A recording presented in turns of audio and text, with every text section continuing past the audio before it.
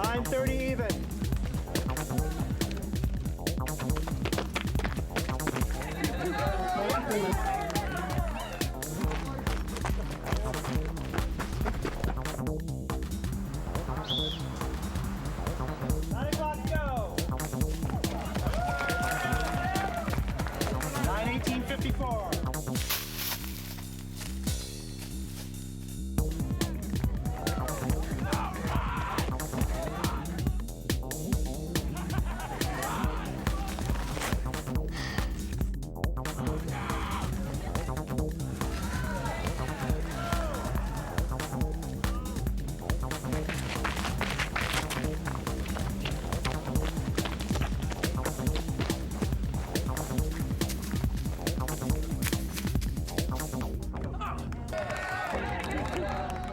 And the biggest challenge in orienteering, no question, is concentration, because anybody who's done any kind of running knows that when you're finishing a hard race, or even when you're in the middle of a hard race, you can't concentrate, you can't think, because you're just trying to get one foot in front of the other, get to the end of the race as fast as possible.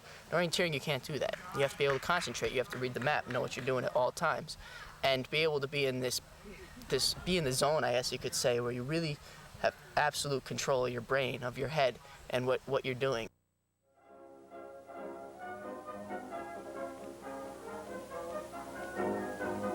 It started around the 1900s with the Swedish and Norwegian militaries trying to develop some way to teach their troops how to navigate, and so they created the sport known as orienteering.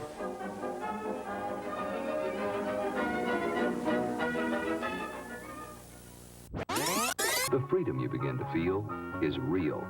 The rhythm is exhilarating. Your mind clears. So get outdoors. There's a lot to see and do, like orienteering, a sport which develops a unique combination of mental alertness and physical fitness, giving you a new positive perspective on life and your environment.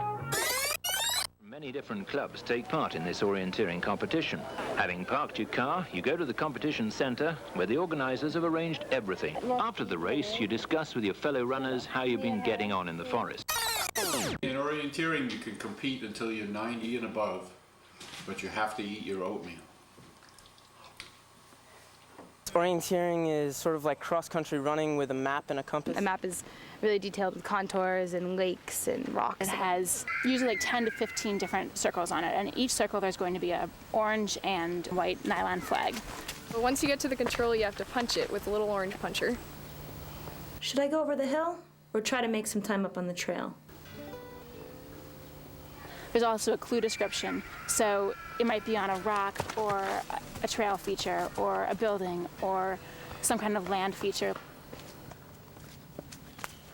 You have to go to each control in order, but between them you can get there however you want. The decision is making that route choice and trying to figure out what's the best way to get between them, whether it's worth going around to the side or going straight across. You have to get all of them, and if you do it really, really fast, you just might win.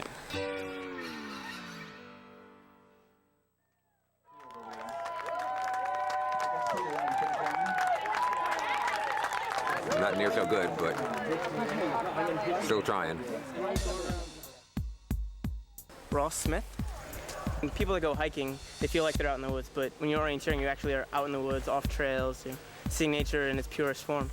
Especially going downhill when you're having to dodge things and go in and out of rocks and trees. There's a rush. I'll probably be doing it until I can't do it any longer. Samantha Sager. Besides competing, I get to see some of my great friends.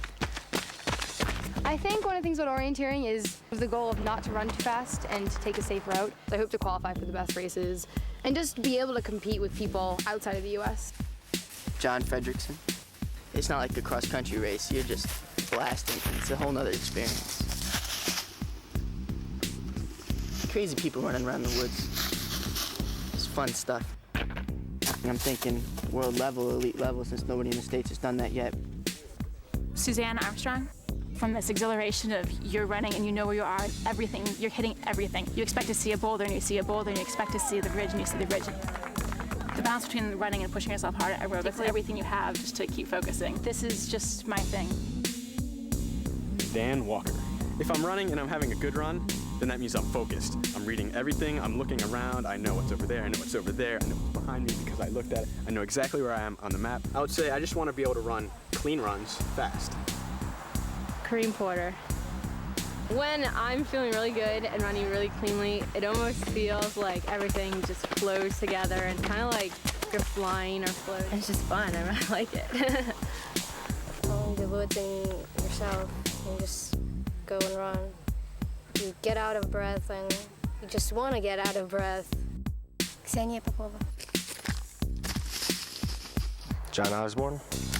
I mean, there's these old guys, 40 plus, Michael Platt, Joe Brodigam, they still win at Long O Champs running 20 plus kilometers in 90-degree heat. When you make a mistake and you're like, oh, you lose time, you don't just give up, obviously. You're gonna finish the course. And that's like life. There's just little things that can totally throw you off. Victoria Brodigam. I've learned a lot of efficiency from orienteering. It's the beauty of nature. Greta Olafsson. I am not getting lost. If I do, I can figure out where I am. John Goodwin. It's exhilarating being out in the woods. Siobhan Fleming. Slow going up those steep hills. You're just running down those big hills, jumping over the trees. It's a life sport.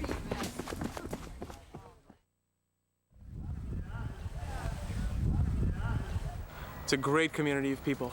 Yeah. She was moving style. She was cranking.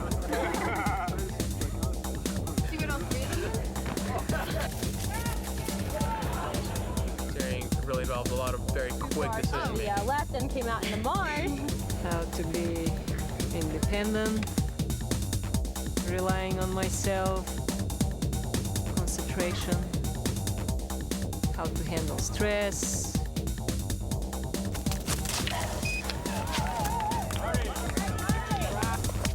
I'm eating olives and potatoes. You need your starch and you need your salt for racing.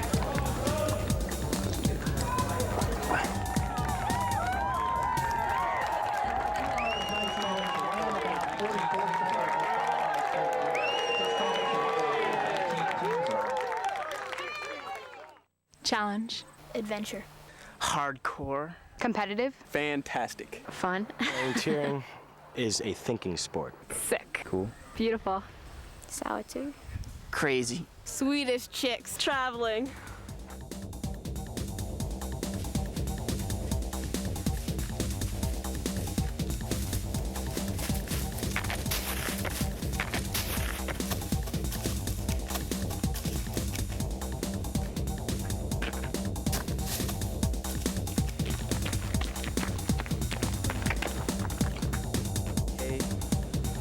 I can't think this quickly. I'm oxygen deprived.